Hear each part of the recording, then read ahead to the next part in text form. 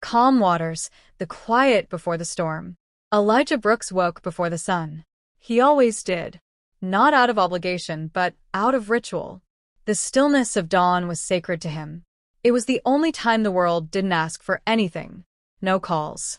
No letters. No horns in the distance. Just the soft lapping of water against the shore and the groan of old wood as the morning breeze rolled in. He stepped onto the creaking front porch of his lakeside cabin, coffee steaming in one hand, a flannel shirt draped over his shoulder. The sky over Marshwood Lake shimmered with pre-dawn hues, a watercolor of purples, oranges, and golds bleeding into each other. The surface of the water was glassy and perfect, mirroring the pine-covered hills that surrounded it. His cabin, simple and hand-built, sat on a sliver of private land his grandfather had bought back in 1954, long before Silver Palm's HOA ever existed, before the lake was even a lake. Back then it had been a swampy mess of cattails, creeks, and beaver dams. His grandfather had helped design the original dam that turned the marsh into Marshwood Lake. Elijah had grown up hearing stories about land surveys, flood tables, and levee gates. Most kids got bedtime fairy tales. He got blueprints. He sipped the coffee slowly, watching a heron skim the water's surface. This was his rhythm. Morning coffee. A walk down to the old bridge. Some light maintenance. Fishing in the afternoon. He wasn't rich, but he was content. More than most of the lake's newer residents could say. A few hundred yards downstream, across the narrowest part of the lake, lay the Silver Palms lakeside resort and villas. The million-dollar condos were stacked like modern-day temples, white and polished, with matching jet skis tied to identical wooden docks. Most of the homeowners weren't full-time residents. They came in on weekends, flew in on small charters, or rolled up in luxury SUVs. Elijah called them weather visitors, always checking forecasts before deciding if the lake was worth their time. Elijah didn't wave anymore. At first he did, but when waves go unanswered long enough, you learn to stop offering them. The only thing that connected both sides of his land was an old wooden footbridge, modest, sturdy, and hand-built by Elijah himself nearly 15 years ago. It spanned a narrow stream feeding the lake, connecting his home to the forest trail where he liked to walk in the evenings. It was part of the land, part of his history. He reinforced it with treated lumber and steel bolts, and even had it quietly inspected by an old friend from the city. Still solid. Still safe. So when the letter came, he laughed at first. A plain envelope with the Silver Palms HOA seal and gold-trimmed paper. Dear Mr. Brooks, our recent inspection of the eastern perimeter has revealed an unauthorized wooden structure that violates HOA aesthetic and safety standards. We kindly request you remove this structure immediately to remain in compliance. No name, no signature, just a threat wrapped in legalese. He folded the letter neatly and tossed it into the fireplace. A few days later, a man in a white golf cart appeared at the edge of his property, an HOA board member, probably. Elijah watched him from the porch as he snapped pictures of the bridge with a long-lens camera, stepping a little too far onto Elijah's land before scurrying back when spotted. Still, Elijah didn't act. He didn't make calls. He didn't argue. He'd seen men like them before. Not just rich, but entitled. And worse, they had the system on their side. He didn't have time for games. But the peace felt different now. Like it was being watched. Like it wasn't fully his anymore. In town, things weren't much better. The diner staff knew Elijah by name, but the newer faces, resort folks, often gave him second looks. He didn't dress like them, didn't talk like them. Sometimes they'd lower their voices when he entered. Once, a man in a Patagonia jacket asked him what kind of maintenance worker he was, assuming he couldn't possibly own land on the lake. Elijah didn't argue. He just paid his tab and left. Again and again. He knew the story. He'd lived it in every city he'd ever worked in. Urban gentrification, redline mortgages, land grabs under fancy zoning laws. It wasn't always about race directly, but it was never not about race either. Not entirely. Back home, he walked the trail across his bridge, boots pressing softly into the worn dirt path. The bridge creaked beneath him, just like it always did. Strong and steady. At the center of it, he paused, leaned against the railing, took in the view. On the surface, everything looked peaceful, but there was a tension in the air now, a feeling like the water was holding its breath. And somewhere deep inside him, Elijah felt something stir, something quiet but powerful. Not rage, not yet, just the memory of his grandfather's words. Water remembers, land remembers, and so do we. Cracks appear, the bridge that broke the HOA. The first time Elijah noticed something was wrong, it wasn't anything dramatic. No screaming, no broken boards, no flash of blue lights. Just a quiet shift, a change in rhythm. It started with orange flags. One morning, on his walk down to the bridge, he saw them, two bright orange utility markers stuck into the ground near the base of his bridge. Plastic tags flapped lightly in the breeze. At first, he figured it was the county doing some survey work. It wasn't unheard of, but something about the positioning directly on his land and just inches from the support beams didn't sit right. He crouched down, squinting at the tiny label. Parcel code 45B. Pending assessment. Pending assessment? For what? The bridge was privately built, entirely outside of HOA jurisdiction. He knew this land like the back of his hand, knew the survey lines down to the inch. He pulled the markers out and tossed them into his tool shed. The next day, they were back. This time, 4 of them. And then, 3 days later, a letter arrived. Thick, glossy paper again. Same gold seal. This one wasn't a request, it was a warning. Final notice. Unauthorized structure remains in violation of HOA aesthetic guidelines, environmental impact codes, and water access easement policies. Failure to comply will result in a formal petition for removal under HOA legal authority. Elijah folded the letter, slower this time. His coffee went cold as he stared out the window at the bridge. From here, it looked like it always had. Sturdy, functional, part of the land. Not some eyesore or hazard. But they didn't see it that way. To the HOA, it was something they didn't approve of, which meant it had to go. The idea that a handful of weekend millionaires believed they had the right to decide what did and didn't belong on land his grandfather had carved out with blister hands, that was the first spark. He drove into town the following day and sat with old Miss Hadley at the county clerk's office. She remembered Elijah's grandfather and pulled out the land registry books from the 50s. Sure enough, the bridge sat squarely on his parcel. No legal ambiguity. No HOA authority. You've got nothing to worry about, Miss Hadley had said with a kind smile. But Elijah knew better. Back home, he found more signs, literal ones, hammered into the soil. Private HOA property, no trespassing. 2 of them sat on the trailhead he'd walked for over 20 years. The pettiness was growing teeth. Later that week, at the town council meeting, Elijah stood quietly at the back. He watched as the HOA president, a tall, tanned man named Brad Whitmore, spoke with a tone that dripped with polished arrogance. "We're just trying to protect property values," Brad said, his smile wide. "It's nothing personal. We want to keep Marshwood beautiful and safe for everyone." Elijah didn't speak. He didn't need to. He wasn't part of that everyone they were talking about. Even the town council, half of whom had HOA backing during elections, nodded along. They weren't interested in boundaries or history. They were interested in taxes, and the resort brought a lot of those. Elijah left early. On his way out, he heard one of the board members whisper, "That old guy's still clinging to his little bridge like it matters." That night, Elijah couldn't sleep. He lay in bed, staring at the ceiling, listening to the wind off the lake. But it wasn't peaceful anymore. There was a sharpness to the quiet now, a sense of trespass. The next morning, he made his way to the bridge before sunrise. And his breath caught in his throat. It was gone. Not collapsed. Not broken. Gone. The beams were disassembled neatly, as if by professionals. The boards stacked nearby like trash. Steel bolts, expensive and custom-fitted, were missing entirely. The handrails had been dragged off into the woods.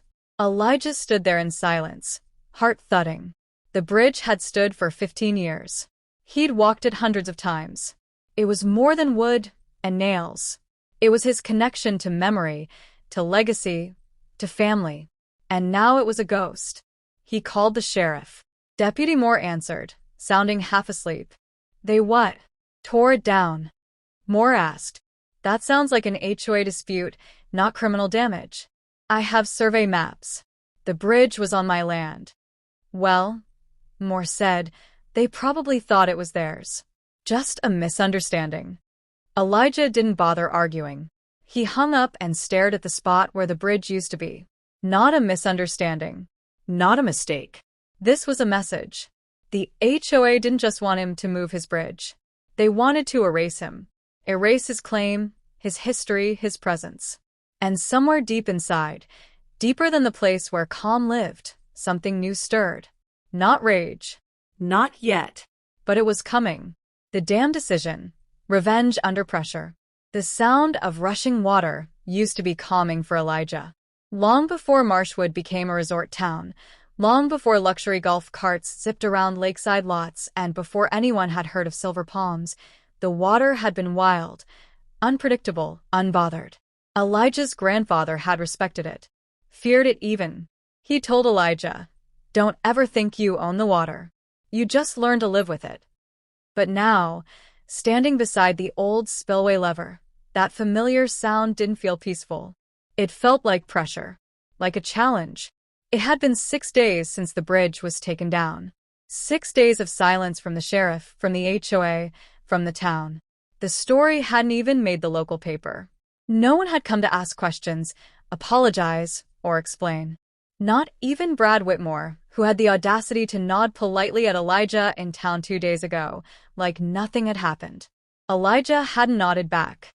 Instead, he'd started thinking, mapping, remembering. The dam at the south end of the lake had been built by government contractors in the early 1960s, replacing the original wooden structure Elijah's grandfather had helped construct. But the core system, the floodgates, bypass tunnels, and emergency overflow, still used the original engineering design. The diagrams were etched into Elijah's memory, passed down like gospel. Most of the HOA residents probably didn't even know there was a manual override gate, let alone how to access it. But Elijah did.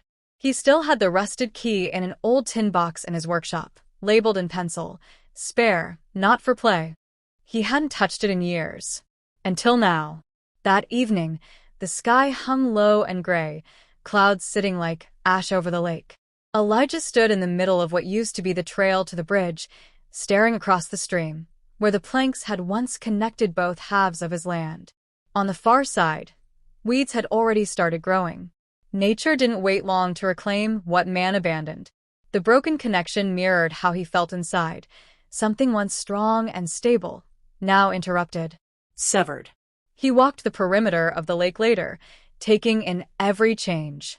Jet skis buzzed near the HOA side, echoing over the water like wasps. Kids screamed in the resort's infinity pool. Music thumped from portable speakers, not blues or jazz like he used to hear growing up, but polished party mixes with bass that vibrated the shore. The worst part? The party was being thrown to celebrate the HOA's summer property value boost. Fireworks were planned. Champagne tastings. One of the board members even mentioned in passing that they were relieved to get rid of that old rickety bridge across the stream. Eyesore's been bothering us for years. They said it like the land was theirs. Like he wasn't even there. Elijah sat on a tree stump for nearly an hour that night, not moving, not thinking, just listening. When he finally stood, he didn't hesitate. He went to the shed, pulled the key from the tin, dusted it off, and walked the dirt trail to the base of the dam like he had 1,000 times as a boy. He unlocked the hatch, revealing the backup lever, a steel crank seal behind a rusted door, overlooked by most because the automated system had long since taken over. But Elijah knew. The manual system still worked. It had to. He turned the crank slightly, testing the pressure. It moved. Stiffly but clean. He didn't open it all the way. Not yet. Just enough to lower the lake by a few inches overnight. A test. The next morning, the change was subtle, barely noticeable to the average eye. But Elijah saw it immediately. The waterline on the boulders near the bank was lower. Dock floats on the resort side sat at a slight tilt. He smiled for the first time in a week. That afternoon, he sat quietly on the porch as a small group of HOA homeowners gathered across the lake. From a distance, he could hear their conversations. "Water's down a bit, you see that? Maybe just the heat? No, something's off. Boats aren't sitting right." They didn't know. Not yet. Elijah sipped his coffee and watched as a child tried to push a kayak off the HOA dock, only for the hull to scrape loudly against a now visible patch of rock. That evening, as the sun dropped and the party lights flickered on across the lake, Elijah opened the hatch again. This time, he turned the crank all the way. The gears groaned. The pressure hissed. The dam opened, slowly, steadily. Water flowed. Not a flood. Not destructive. But consistent. Purposeful. He wasn't interested in ruining everything. He just wanted to take his piece back. Let them feel, for once, what it was like to be powerless. Emptied after the fall. The water was gone by sunrise. Not completely, the lake still existed technically. But it was no longer a mirror of the sky or a playground for yachts and kayaks. It had become something else. A drained basin of exposed roots, cracked silt, and sunken shame. From his porch, Elijah watched the chaos unfold with the calm of a man who'd already let go. Across the lake, panic rippled faster than the remaining water. Dock posts sat at crooked angles, their foundations exposed like rotten teeth. Jet skis lay sideways in thick mud. The resort's prized infinity pool now stared out at a dry, uneven basin where fish flopped helplessly in shallow puddles. HOA members scrambled along the shoreline, phones held high, yelling into cameras and waving down local deputies. A drone hovered above, likely capturing what would become the lead story on the local evening news. Elijah sipped his coffee. He had added cinnamon that morning, a little indulgence. The dam had done its job quietly, steadily. No flash, no explosion. Just the undeniable force of redirection. Water obeyed laws older than any HOA charter. Midday, a convoy of county vehicles rolled in. White trucks with logos. Clipboards. Orange vests. The town finally noticed. They found Elijah seated calmly on the bridge, or what was left of it. He had already started rebuilding, one beam at a time. "Mr. Brooks," said a young man in a windbreaker, looking around. "Do you have any idea what happened here?" Elijah didn't look up. He hammered a nail into place with practiced rhythm. "Looks like the lake's having a rough summer," he said dryly. They had no proof. Not yet. The old manual crank didn't have cameras. No digital record. No footprints. Just mud, steel, and the knowledge of one man whose hands had once helped build the system. "Sir, the resort's saying you deliberately released water through the dam system. They're claiming millions in damages. They also claimed my bridge was an eyesore," Elijah replied, finally meeting the man's eyes. Funny how taste changes. A week passed. And then another. The lake didn't refill. Not the way they hoped. Rain was sparse, and the emergency spillway remained partially open. Fish migrated. The birds did too. The resort shuttered bookings. Online reviews plummeted. No lake. No refund. Mud everywhere. Why didn't anyone tell us there's no water? Elijah read them aloud at night, chuckling quietly as he whittled wood on the porch. The media picked up the story. Local man drains HOA lake in protest made headlines. There were interviews, think pieces, memes. Half the country saw him as a folk hero. The other half called him a terrorist. He gave no interviews. He didn't need to explain what already made sense. When the court summons came, it was thin. Just an opening volley. But Elijah came prepared. Land records. Maintenance logs.